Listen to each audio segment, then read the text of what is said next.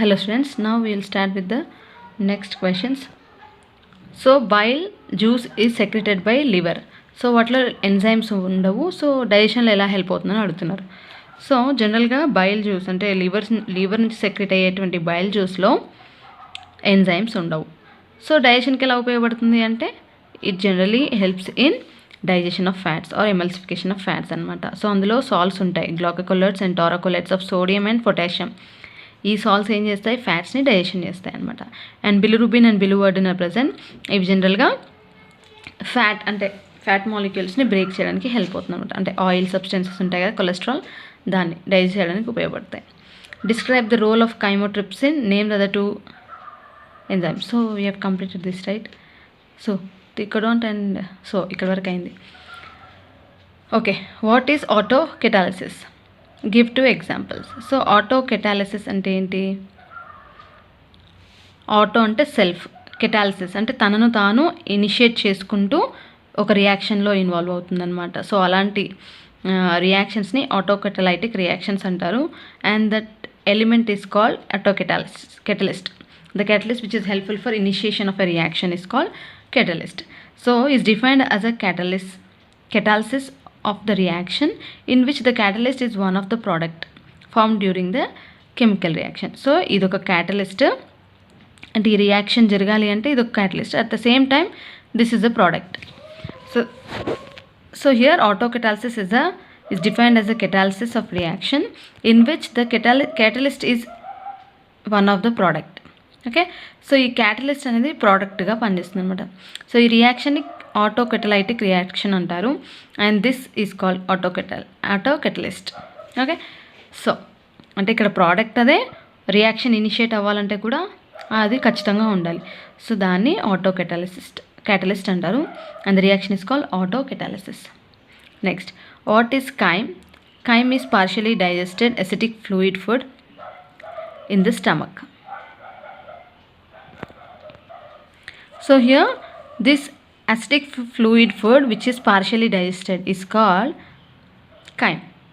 So అంటే స్టమక్లోకి రాగానే food అంతా కూడా దేంతో మిక్స్ అవుతుంది? గ్యాస్ట్రిక్ జ్యూస్తో మిక్స్ అవుతుంది, ఇంటెస్టైనల్ జ్యూస్తో మిక్స్ అవుతుంది. సో ఈ గ్యాస్ట్రిక్ జ్యూస్ అనేది అసిడిక్గా ఉంటుందన్నమాట.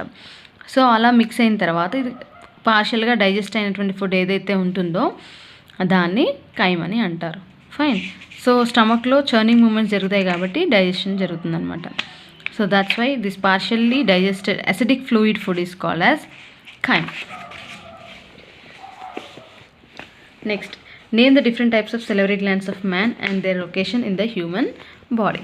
సో salivary glands అంటే ఏంటి? లాలాజల గ్రంథులు అనమాట. సో టోటల్గా 3 glands ఉన్నాయి. So those are parotid, submaxillary or submandibular and sublingual. Lingual అంటే టంగ్, సో టంగ్ కింద ఉంటుంది. మ్యాక్సిలరీ ఆర్ మ్యాండిబుల్స్ అంటే దవడలు ఉంటాయి కదా, జా. సబ్ అంటే lower, so lower jaw, situated at the angles of lower jaw. Next parotid glands. So ఇది వచ్చేసి year పిన్న, చెవి డెప్ప ఉంటుంది కదా, వాటి లోపల సర్ఫేసెస్లో ఉంటుందన్నమాట. Okay, it is situated below the pinna or inner surface of the cheeks. మనకి ఈ బుగ్గలు ఉంటాయి కదా, ఆ రీజన్లో ఉంటాయి అన్నమాట పారోటిడ్ గ్లాండ్స్. ఫైన్. సో ఈ 3 pairs of salivary glands are present which are helpful for secreting the saliva. Name the different types of papillae present on the tongue of man. అంటే టేస్ట్ బడ్స్ ఉంటాయి కదా వాటిని. So there are different types of taste buds. 4 types of papillae are present: fungiform, filiform, circumvallate and foliate type of papillae, okay, or taste buds. So fungiform is present at the anterior margin of or and tip of the tongue. అంటే మన ఈ tip reason ఉంటుంది కదా, tongue ఇలా ఉందనుకోండి,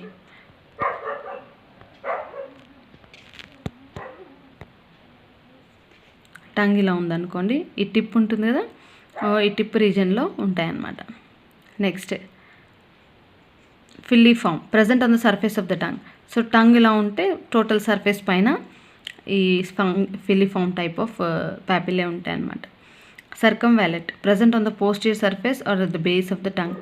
so base, ఈ base ఉంటుంది కదా, సో ఇక్కడ ఉంటాయి అన్నమాట ఇలా. Foliate they present on the lateral sides. Tongue ఇలా ఉంటే సైడ్స్కి, ఈ foliate type of papillae are present. So total ga 4 type of papillae, taste buds are present. Which is the hardest substance in between human body? What is its origin? So here enamel of the tooth. So enamel అంటే మన white colour tooth ఉంటుంది కదా, మన పంటి పైన ఉండేటువంటి ఈ white colour thing ఉంది కదా ఎనామిల్. సో ఆ enamel enamel of the tooth present on the dentine పైన ఉండేటువంటి ఈ ఎనామిల్ ఉంది కదా, that enamel is hardest substance అనమాట in the human body and secreted by ameloblast of ectoderm.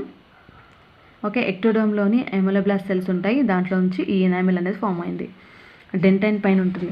So ఇది డెంటైన్ కదా, ఈ డెంటైన్ పైన ఈ ఎనామిల్ ఉంది కదా, సో దట్ వైట్ కలర్ పంటి పైన ఉండేటువంటి ఆ వైట్ కలర్ ఉంది కదా, అది హార్డెస్ట్ సబ్స్టెన్స్ అనమాట హ్యూమన్ బాడీలో టోటల్గా. అది ఎక్కడి నుంచి ఏర్పడుతుంది? ఎమెలోబ్లాస్ట్ సెల్స్ ఆఫ్ ఎక్టోడర్మ్. అంటే ఎక్టోడర్మ్ మనకి ఎంబ్రియానిక్ స్టేజ్లో 3 జెర్మ్స్ లేయర్స్ ఉంటాయని చెప్పాను కదా, అవుటర్ లేయర్ అయినటువంటి ఎక్టోడర్మ్లో నుంచి ఏర్పడుతుంది అనమాట. ఆ ఎక్టోడర్మ్లో ఎమెలోబ్లాస్ట్ సెల్స్ అని ఉంటాయి, అక్కడ నుంచి ఎనామిల్ ఏర్పడుతుంది. Name the structure of the got which is vestigial in human beings but well developed in herbivores and mention the types of tissues in which it is mostly formed. So vestigial organ మన బాడీలో అవసరం లేనటువంటి organ అనమాట ఇది. అంటే appendix, వర్మిఫార్మ్ appendix అనేది అవసరం లేదు, బట్ ఉంటుంది. బట్ అంటే ఇది పూర్వంలో మేబీ మన యాన్సెస్టర్స్లో యూజ్ అయ్యి ఉండేదేమో. అంటే హార్బివోర్స్లో ఎక్కువ డెవలప్ అయి ఉంటుందన్నమాట. సో మనం నాన్ వెజిటేరియన్స్ కదా, so vermiform appendix is generally a vestigial organ in human beings but well developed in herbivores. It is a narrow finger-like tubular projection that begins from the cecum of the man. Appendix structure is formed by lymphoid tissue. అంటే జనరల్గా మన పూర్వీకులలో ఇది చాలా develop అయ్యి ఉంది అని అంటూ ఉంటారు. బట్ తర్వాత ఈ అవయవం యొక్క యూజ్ అనేది అంత పనికి రాలేదు కాబట్టి మెల్లిమెల్లిగా అది ఎలాంటి పని చేయకుండా అలా ఉండిపోయింది బాడీలో. So vermiform appendix is vestigial organ in the human body and it is a lymphoid tissue. It is a type of lymphoid tissue, finger like projection. Next, distinguish between deglutition and mastication. Deglutition అంటే ఏంటి, mastication అంటే ఏంటి అంటారు. Food ఏదైతే మనం నోట్లోకి తీసుకుంటామో అది మనం నమిలి క్రష్ చేస్తాం, అవునా. We will చీవ్ it and will crush it. So మన పళ్ళతో అంటే ఈ లాస్ట్ పళ్ళు ఉంటాయి కదా, ప్రీమోలార్స్ అండ్ మోలార్స్. సో దవడ పళ్ళు అంటారు కదా, సో ఆ చివరి పళ్ళు ఉంటాయి కదా, మోలార్స్, ప్రీమోలార్స్, మోలార్స్. సో వాటితో మనం ఫుడ్ని చీవ్ చేసి క్రష్ చేయడాన్ని మాస్టికేషన్ అంటాం. నమిలి మెత్తగా నమలడాన్ని మాస్టికేషన్ అంటాం. అండ్ మింగడాన్ని, నమిలిన తర్వాత మింగుతాం కదా, food is swallowed into A pharynx, తర్వాత ఫారింగ్స్లోనికి ఈసోఫేగస్లోనికి వెళ్తుంది ఆహారం. సో అలా మింగడాన్ని, స్వాలోయింగ్ని డిగ్లిటేషన్ అంటారు. సో డిగ్లిటేషన్లో ఏమవుతుంది, food is not mixed with an enzyme during the deglutition. మింగేటప్పుడు ఇక్కడ ఎంజైమ్స్తో కలవదు, బట్ మాస్టికేషన్ జరిగేటప్పుడు సెలైవలో, ఉమ్ములో ఏముంటుంది, ఏమైనా సెలైవా అంటే లాలాజలంలో ఏముంటుంది, సెలవరీ ఎంజైమ్ ఉంటుంది. So food is mixed with the salivary enzymes. Okay, అంటే సెలవరీ ఎంజైమ్ ఉంటుంది, సెలైవాతో మిక్స్ అవుతుంది. ఇక్కడ ఫుడ్ టంగ్తో అటు ఇటు తోయబడి ఆహారం అంతా కూడా ఈ లాలాజలంతో కలవబడుతుంది అనమాట. ఇక్కడ అంటే లాలాజలంలో ఏ ఎంజైమ్ ఉంటుంది, సెలవరీ అమైలేజ్ ఉంటుంది, అందుకే ఇక్కడ ఎంజైమ్స్తో కలుస్తుంది అనమాట. కానీ డిగ్లిటేషన్ మింగేటప్పుడు ఎలాంటి ఎంజైమ్స్తో కలవదు. Okay, so these are the differences. Next, distinguish between diarrhea and constipation. So includes bowel movement with abnormal frequency and increased liquidity of the fecal material. అంటే లూజ్ మోషన్స్ లాగా అనమాట. డయోరియా అంటే లూజ్ మోషన్స్. సో ఏమైంది, bowel movement with abnormal frequency and increased liquidity of faecal material. So లిక్విడ్లా వెళ్ళడాన్ని diarrhoea అంటారు. Next, constipation అంటే ఏంటి, మోషన్ ఫ్రీగా ఉండకపోవడం. So constipation includes difficulty in the faecal discharge and irregular bowel movement. So టైంకి వెళ్ళకపోవడము అండ్ టైంకి వాళ్ళకి మోషన్ అనేది ఫ్రీగా ఉండదు, రాదు. ఓకే, సో ఆ కండిషన్ని కాన్స్టిపేషన్ అంటారు. అండ్ డయోరియాలో in this the absorption of food decreases with leads to dehydration. అంటే లిక్విడ్లా వెళ్ళడం ద్వారా ఏమవుతుంది, అందులో వాటర్ కంటెంట్ అంతా బాడీలో నుంచి వెళ్ళిపోతుంది అనమాట. సో అక్కడ డిహైడ్రేషన్కి దారితీసే అవకాశాలు ఉన్నాయి. Next constipation. ఇక్కడ ఏమవుతుంది, in this the faeces are retained in the rectum and it is harden due to the low amount of water. So అక్కడ రెక్టల్ రీజన్లో హార్డ్ అవ్వడం జరుగుతుందన్నమాట. So this is a thing.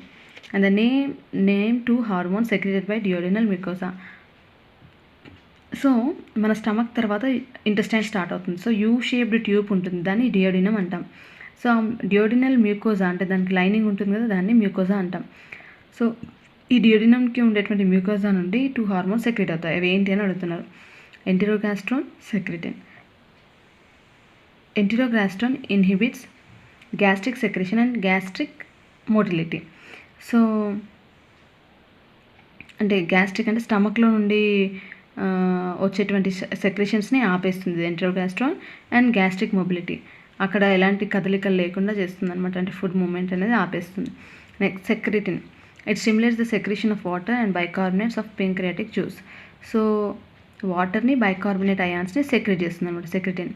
ఎంటెరోగాస్ట్రోన్ and secretin are 2 enzymes or hormones secreted by duodenal mucosa. అంటే చిన్న పెరుగుల్లోని first పార్ట్ని ఆంత్రనాళం అంటాం కదా, అది డియోడినం. మ్యూకోజా అంటే దాని పైన ఉండేటువంటి శ్లేష్మ స్తరం అనమాట.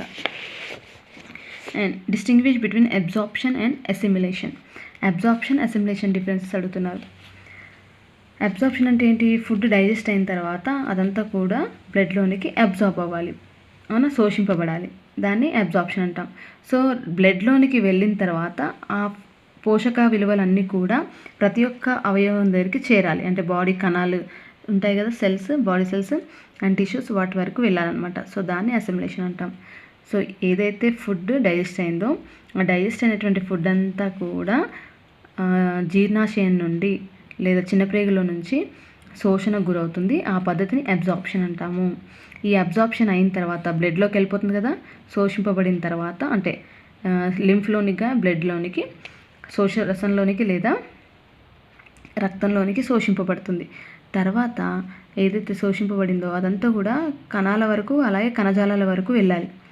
సో అలా వెళ్ళేటువంటి పద్ధతిని అసిమిలేషన్ అంటారు. So absorption, it is a process in which the end products of the digestion pass through the intestinal mucosa into blood or lymph. Assimilation, it is a process in which the absorbed food or substances are distributed to body parts where these substances are utilized for the production of energy, growth and repair. So ఆ కణాల వరకు వెళ్ళిన తర్వాత అక్కడ repair, growth and of organs takes place అనమాట. అంటే ఏదన్నా కణాలు చనిపోయినా ఆ కణాలు మళ్ళీ ఏర్పడడానికి లేదా కణాల్లో ఏదైనా వర్క్ జరుగుతుంది అనుకోండి, ఆ వర్క్ చేయడానికి ఈ ఎనర్జీ అంతా ఉపయోగపడుతుంది. Okay, so this is about the digestion absorption, 2 marks questions. Fine. Next we'll see about the chapter 1b, that is breathing and exchange of gases. Very short. Define vital capacity. What is its significance? Vital capacity అంటే ఏంటి and its significance అడుగుతున్నారు. So vital capacity అంటే ఏంటి అంటే ఒక person breathing చేసేటప్పుడు the maximum of the air a person can breathe out after forceful inspiration or a maximum volume of air a person can breathe in after forceful expiration. అంటే ఒక్కసారి మనిషి ఊపిరి పీల్చుకున్న తర్వాత మనం కొంచెం గాలిని బయటకు వదిలేస్తాం. నార్మల్ టైంలో కాకుండా ఫోర్స్ఫుల్గా గాలి లోపల తీసుకున్నప్పుడు ఎంతైతే బయటికి వదిలేస్తాడో the maximum volume of air a person can breathe out after forceful inspiration. Okay, అంటే మనం ఒక్కసారి గాలి తీసుకున్న తర్వాత ఫోర్స్ఫుల్గా తీసుకున్నప్పుడు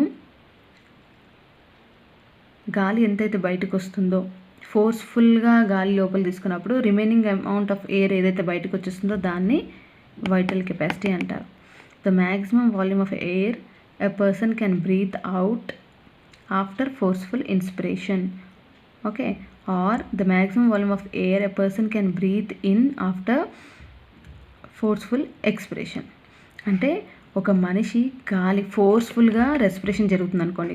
ఫోర్స్ఫుల్గా అంటే ఏంటి, అంటే మనకు మనం ఫోర్స్ఫుల్గా గాలిని లోపలికి కానీ బయటికి కానీ పీల్చినప్పుడు, లోపలికి పీల్చినప్పుడు లేదా వదిలినప్పుడు ఎంతైతే గాలి లోపలికి వెళ్తుందో, అంటే లంగ్స్లో ఎంతైతే ఉండిపోతుందో దాన్ని వైటల్ కెపాసిటీ అంటారనమాట.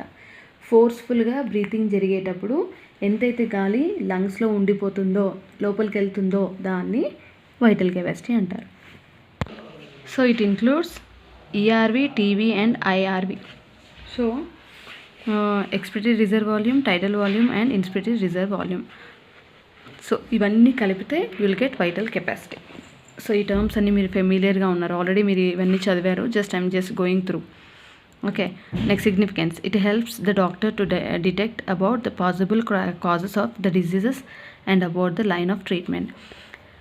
సో ఈ వాల్యూమ్స్లో ఏవైనా తేడాలు నార్మల్ పర్సన్లో ఒకలా ఉంటుంది, అండ్ డిజీజ్డ్ పర్సన్ అంటే లంగ్ ఇన్ఫెక్షన్స్ ఉన్న వాళ్ళల్లో, లంగ్ ప్రాబ్లమ్స్ ఉన్న వాళ్ళల్లో కొంచెం తేడాగా వస్తాయి అన్నమాట. సో అలా వాటి వాల్యూమ్స్ని బట్టి డాక్టర్స్ డిఫరెన్సెస్ని కనుక్కుంటారు, అంటే ఏదైనా ప్రాబ్లం ఉందా లేదా అని కనుక్కుంటారనమాట. That is the use of this. Next, what is the volume of air remaining in the lungs after the normal expiration? అంటే నార్మల్గా గాలి బయటకు వదిలినప్పుడు వాల్యూమ్ ఏదైతే లోపల ఉండిపోతుందో దాన్ని ఏమంటారు అని అడుగుతున్నారు. The volume of the air remaining in the lungs after the normal expiration is termed as functional residual capacity. అంటే నార్మల్గా గాలిని మనం బయటకు వదులుతాము, లోపలికి పీల్చుకుంటాం. సో నార్మల్గా బయటికి వదిలేటప్పుడు ఎంతైతే గాలి లోపల ఉండిపోతుందో దాన్ని లంగ్స్లో ఉండిపోతుందో, లోపల లంగ్స్లో ఏమంటారు? Functional residual capacity. Functional residual capacity ఎందుకన్నారు అంటే ఇది ఆక్సిజనే ఉంటుంది మెయిన్గా. ఆ ఆక్సిజన్ లోపలికి వెళ్ళిపోయి టిష్యూస్ దగ్గర, అంటే బ్లడ్ ద్వారా వెళ్ళి అక్కడ ఆక్సిడేషన్కి హెల్ప్ అవుతుంది, ఫుడ్ మెటీరియల్ ఆక్సిడేషన్కి హెల్ప్ అవుతుంది. Okay, next. So functional residual capacity is equal to expiratory reserve volume plus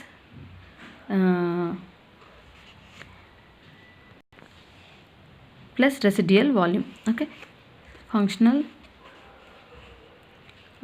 expiratory reserve volume plus residual volume. Next, diffusion of oxygen occurs in the alveolar region only and not in the other parts of the respiratory system. How do you justify this statement?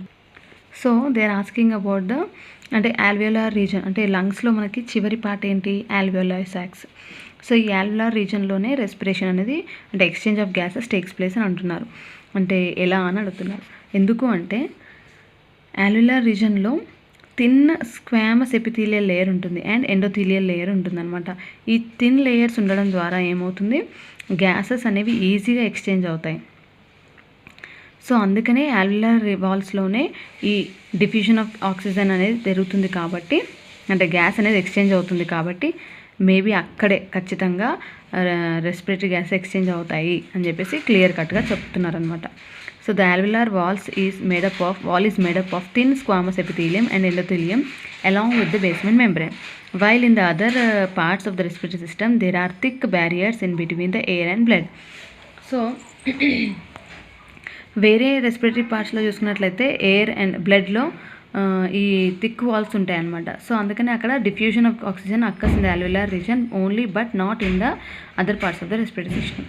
Okay, so ఈ thin walls ఉండడం ద్వారా alveolar రీజన్లో మాత్రమే gas exchange అవుతాయి, other part of respiratory సిస్టంలో అది సాధ్యపడదు అనమాట. Okay, what is the effect of PO2 partial pressure of carbon dioxide on PCO2 partial pressure of carbon dioxide on oxygen transport? అంటే ఏంటి అంటే ఇక్కడ జనరల్గా హిమోగ్లోబిన్తో కంబైన్ అయ్యే కెపాసిటీ కార్బన్ డైఆక్సైడ్కి ఎక్కువ ఉంటుందన్నమాట ఆక్సిజన్ కంటే కూడా. సో పార్షియల్ ప్రెషర్ అంటే ఏంటి? జనరల్గా ఒక మిక్చర్ ఆఫ్ గ్యాసెస్ తీసుకున్నాం అనుకోండి, అందులో కార్బన్ అమౌంట్స్ ఎక్కువగా ఉంటే partial pressure of carbon dioxide ఎక్కువ ఉన్నట్టు.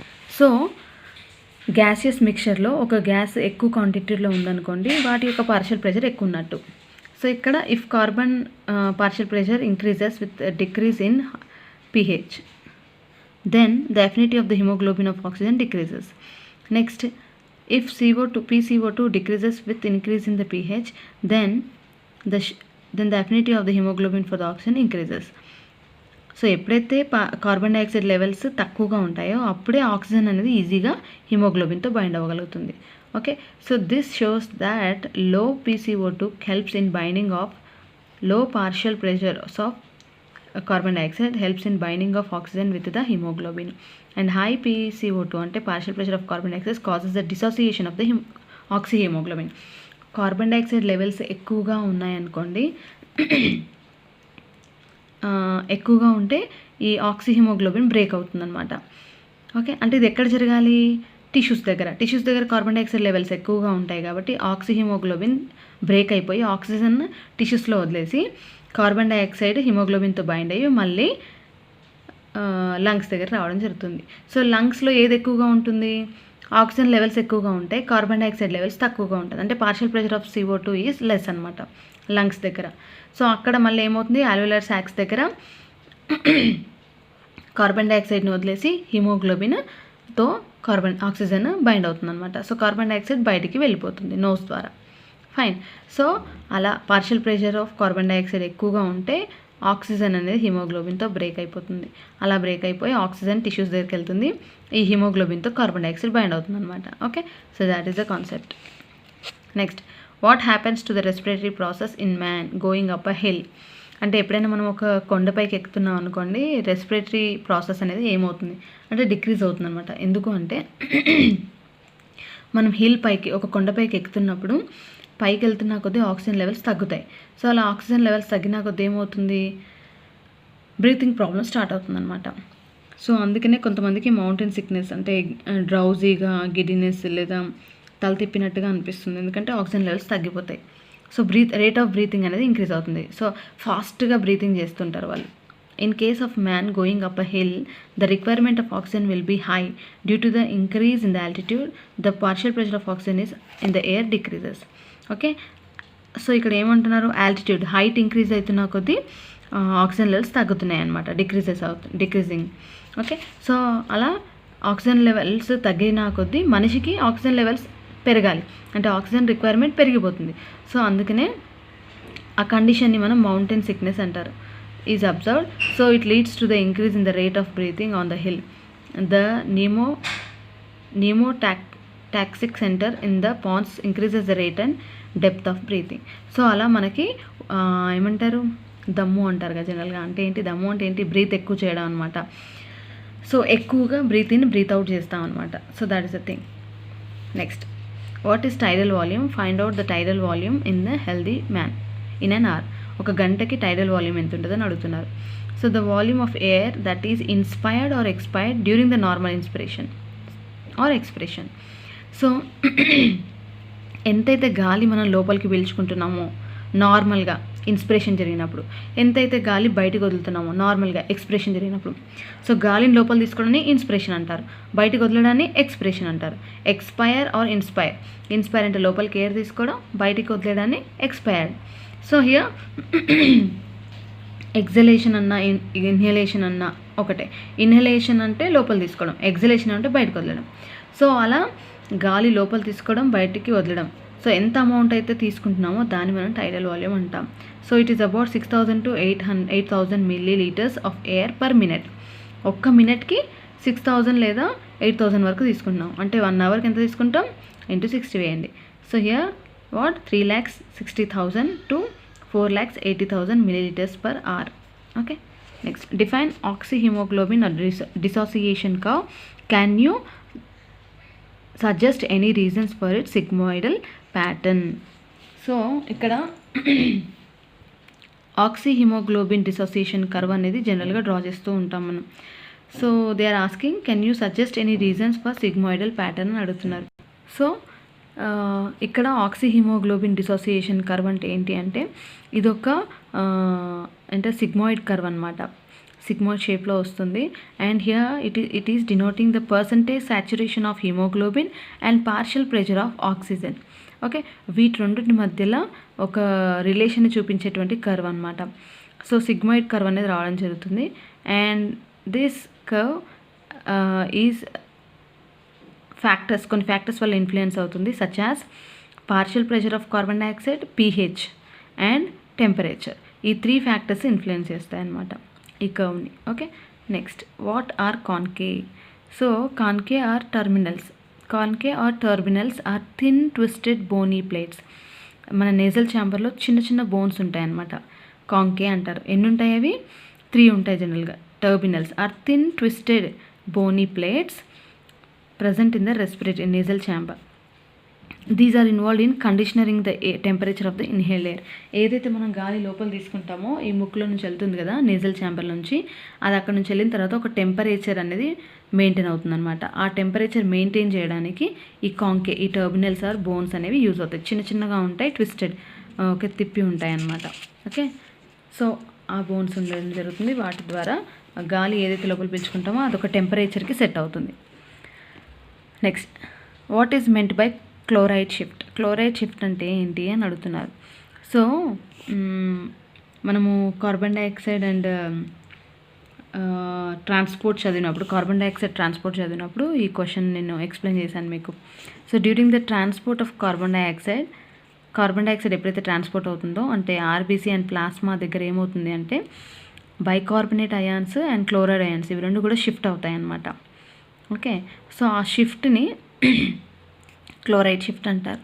సో ఆర్బీసీ అండ్ ప్లాస్మా మధ్యలో chloride ions and bicarbonate ions అనేవి షిఫ్ట్ అవుతాయి.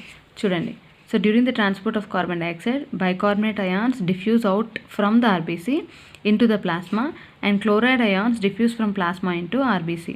సో ప్లాస్మా అండ్ ఆర్బీసీ ఈ రెండిటి మధ్యలో ఏం జరుగుతుంది? సో బైకార్బోనేట్ అయాన్స్ ఏవైతే ఆర్బీసీలో ఉంటాయో అవి ప్లాస్మాలో ఉన్నటువంటి క్లోరైడ్ అయాన్స్ ఆర్బీసీలోనికి ఎక్స్చేంజ్ అవుతాయన్నమాట. అలా ఎక్స్చేంజ్ అవ్వడాన్ని క్లోరైడ్ షిఫ్ట్ అంటారు. So this exchange of chloride ions and bicarbonate ions between the red blood cells అంటే erythrocytes and plasma placed at the tissues is called chloride shift and it is also called as Hamburger's phenomena or Hamburger's shift. Okay, అంటే plasma and blood cells మధ్యలో ఈ bicarbonate ions chloride ions blood cells నుంచి ప్లాస్మాలోనికి bicarbonate ion and ప్లాస్మాలో నుంచి chloride ions blood సెల్స్లోనికి వెళ్ళడం జరుగుతుందన్నమాట. So అలా exchange అయ్యేటువంటి పద్ధతిని క్లోరైడ్ షిఫ్ట్ అంటారు or Hamburger's phenomena or Hamburger's shift అని అంటారు. Okay, mention any 2 occupational respiratory disorders and their causes in human beings. Occupational respiratory disorders అంటే ఏంటి అంటే మనం చేసే పని వల్ల వచ్చేటువంటి రెస్పిరేటరీ డిజార్డర్స్. ఓకే, శ్వాస సంబంధించినటువంటి రుగ్మతలు అనొచ్చు అనమాట.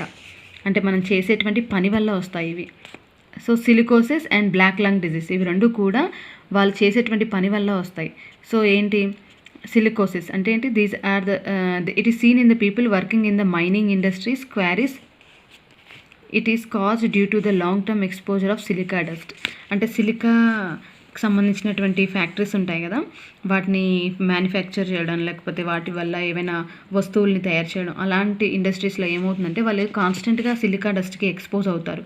సో అలా ఎక్స్పోజ్ అవ్వడం ద్వారా వాళ్ళకి సిలికోసిస్ అనేటువంటి డిజీజ్ వస్తుందన్నమాట అందులో పనిచేసే వాళ్ళకి. Next black lung disease. వీళ్ళు ఏంటంటే కోల్ మైన్స్లో పనిచేస్తుంటారు కదా, సో ఆ కోల్ మైన్స్లో పనిచేసే వాళ్ళకు కూడా అలాంటి ఇండస్ట్రీస్లో పనిచేసే వాళ్ళు ఏంటంటే కాన్స్టెంట్గా ఈ కోల్ డస్ట్ని వాళ్ళు ఇన్హేల్ చేస్తూ ఉంటారనమాట, గాలి పీల్చుకుంటూ ఉంటారు. కాబట్టి వాళ్ళ లంగ్స్ అనేవి బ్లాక్ కలర్గా మారిపోతుంటాయి. అంటే వాళ్ళ లంగ్స్ లోపల ఒక థిక్ లేయర్ అనేది ఏర్పడుతుంది. So it is seen in people working in the coal mines for long time. So coal మైన్స్లో చాలా ఎక్కువ రోజులు పనిచేసే వాళ్ళకి ఈ ప్రాబ్లం అనేది కనిపిస్తుంది అనమాట. Fine. So this is about the 2 marks questions of first unit. So first యూనిట్లో మనం 2 marks కంప్లీట్ చేసాం. So I will explain all the questions. So please prepare and at least listen and read. Okay, so thank you.